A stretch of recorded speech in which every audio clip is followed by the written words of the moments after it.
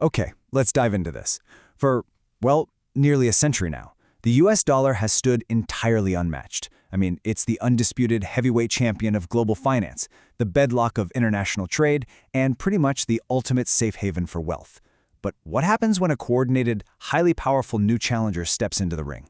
Welcome to This Explainer. Today, we're breaking down one of the most fascinating and frankly intensely scrutinized geopolitical shifts of our lifetime, the potential end of the dollar's global monopoly. I want you to just take a second and imagine a world where the US dollar, well, isn't king anymore. A world where the greenback is no longer the default currency you absolutely need to buy oil, trade goods, or even dictate the prices you're paying at your local grocery store. It might sound like a distant, alternate reality, right? But it's not. The high-stakes reality we're looking at today is that a coalition of powerful nations is actively, strategically planning a massive financial shift to bypass the dollar entirely. Section 1. The Rise of BRICS Plus. So who exactly is leading this charge? To understand the challenge to the dollar, we kind of have to look at the challenger. This timeline shows a really fascinating evolution. BRICS didn't start out as some united front against Western finance. It began simply as an informal group of major emerging markets: Brazil, Russia, India, and China, with South Africa jumping in shortly after. But lately, their strategy has totally evolved from a loose economic concept into a powerful intergovernmental organization. In a major 2024 and 2025 expansion, they've added heavy hitters like Egypt, Ethiopia, Iran, the United Arab Emirates, and Indonesia. They aren't just an emerging markets club anymore. Actually, scratch that, they're more like a full-blown geopolitical force actively advocating for a multipolar world order. And listen, we really cannot understate the sheer immense scale of this newly expanded group. When you combine these nations, you're looking at nearly 50% of the entire human population, literally half the world. To put that into perspective, these countries now represent more than a quarter of the entire global economy.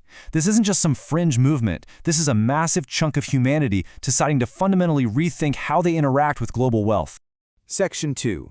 Rewiring Global Financial Plumbing.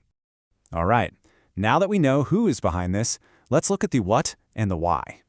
You've probably seen this buzzword floating around the news: de-dollarization. Essentially, it's a strategic effort to reduce reliance on the US dollar by settling trade and holding reserves in alternative, local currencies. But why are they doing this? Well, many of these countries feel deeply, deeply vulnerable to US monetary policy. They're increasingly worried about the weaponization of the dollar. Because the dollar is basically mandatory for global trade, being cut off from it means instant economic paralysis.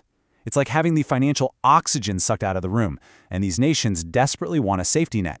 And the urgency for this safety net, it absolutely exploded recently. When the Russia-Ukraine war kicked off, heavy sanctions were deployed, and Russia was completely removed from the SWIFT payment network. You know, the main messaging system that global banks use to securely transfer money. Guys, this was a massive wake-up call to the rest of the world.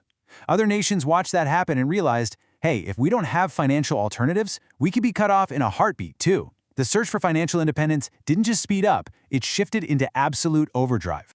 So they began creating alternatives, and this brilliantly illustrates the difference.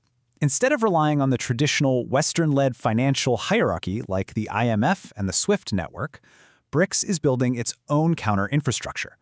Instead of the IMF, they established the New Development Bank, which is headquartered over in Shanghai.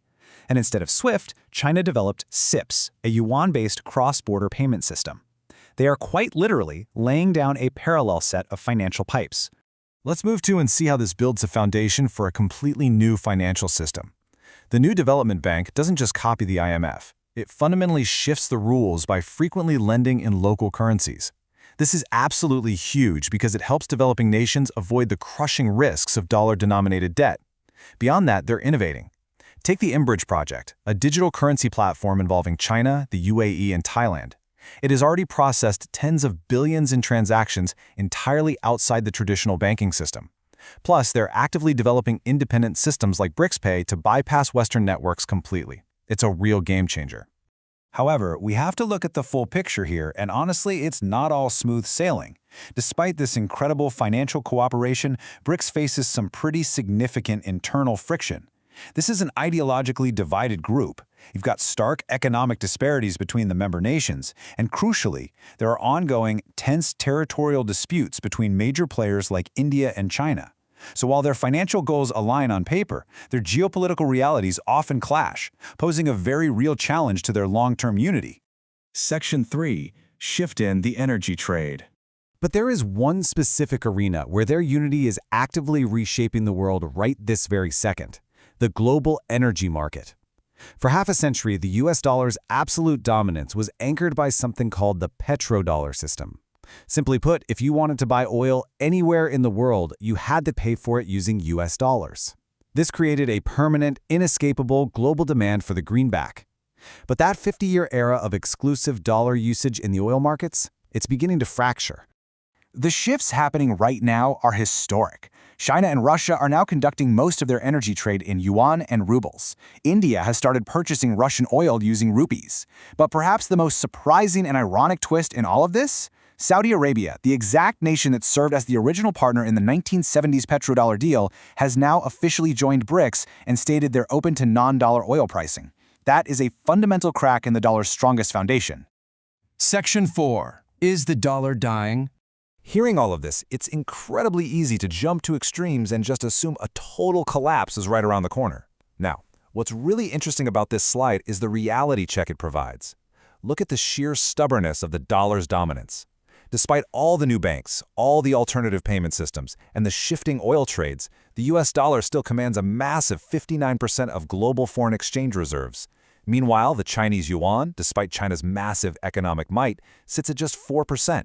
The reality is that the US dollar remains the world's most liquid and trusted currency. It's like a giant puzzle, and it is incredibly difficult to unseat a piece that's that deeply entrenched in the global economy.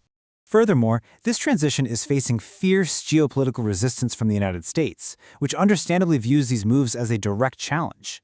The economic stakes here are astronomically high. U.S. President Donald Trump has threatened 100% tariffs on any BRICS country that attempts to replace the dollar. This just underscores that bypassing the dollar isn't just some boring administrative banking change. It's an active geopolitical conflict with the potential for massive economic retaliation. Section 5. A multipolar financial future. So, where does this leave us?